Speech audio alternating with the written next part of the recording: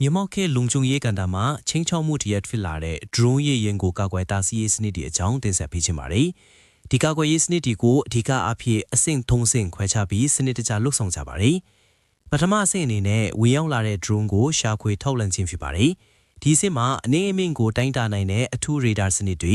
radio line ဖမ်းစနစ်တွေအပူအာရုံခံကင်မရာတွေနဲ့အသံဖမ်းအာရုံခံစနစ်တွေကိုအသုံးပြုပါတယ်။ဒီလိုခေတ်မီအာရုံခံကိရိယာတွေကိုသုံးပြီးမိမိနယ်မြေထက်ကို drone တွေဝင်ရောက်လာခြင်းရှိမရှိအသေးစိတ်စစ်ဆေးကြပါတယ်။ဒုတိယအဆင့်ကတော့တွေ့ရှိထားတဲ့ drone ဟာအန္တရာယ်ပေးနိုင်ခြင်းရှိမရှိကိုခွဲခြားသတ်မှတ်ခြင်းပဲဖြစ်ပါတယ်။ဒီလုပ်ငန်းစဉ်မှာဉာဏ်ရည်တူးနည်းပညာကိုအသုံးပြုထားပါတယ်။ရေဒါကရတဲ့အချက်လက်တွေအမြင်အာရုံဆိုင်ရာအချက်လက်တွေနဲ့လက်စစ်သမိုင်းလိုင်းဆိုင်ရာအချက်လက်တွေကိုပေါင်းစပ်နိုင်ရှင်ပါတယ်။အဲဒီနောက်ဝင်ရောက်လာတဲ့ drone အမျိုးအစားနဲ့အန္တရာယ်ရှိမရှိကိုတိတိကျကျသုံးသပ်ဆုံးဖြတ်တာဖြစ်ပါတယ်။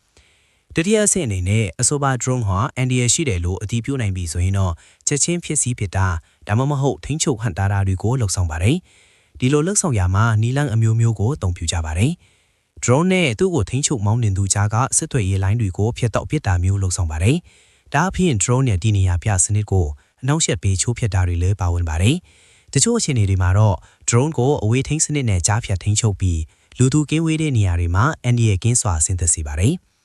လူအပ်လာရင်တော့အသေးခံတိုက်ခေကြီး drone တွေသုံးပြီးဝင်တိုက်ဖျက်ဆီးတာမျိုးလည်းရှိပါတယ်။အခြားနီလန်းတွေအနေနဲ့ပိုက်ခွင်တွေသုံးပြီးဖမ်းဆီးတာလေးစားလက်နက်တွေဒါမှမဟုတ် drone ပစ်လက်နက်တွေကိုအသုံးပြုပြီးမြေပြင်ကိုပစ်ချတာစားတဲ့နည်းဗျူဟာတွေကိုလည်းသုံးကြပါတယ်။ဒီလိုခေတ်မီနည်းစနစ်ပေါင်းစုံကိုအသုံးပြုပြီး drone တွေကြောင့်အန်ဒီရမချရောက်စေဖို့အဆင့်ဆင့်ကာကွယ်တားဆီးနေကြကြောင်းတင်ဆက်လိုက်ရပါတယ်။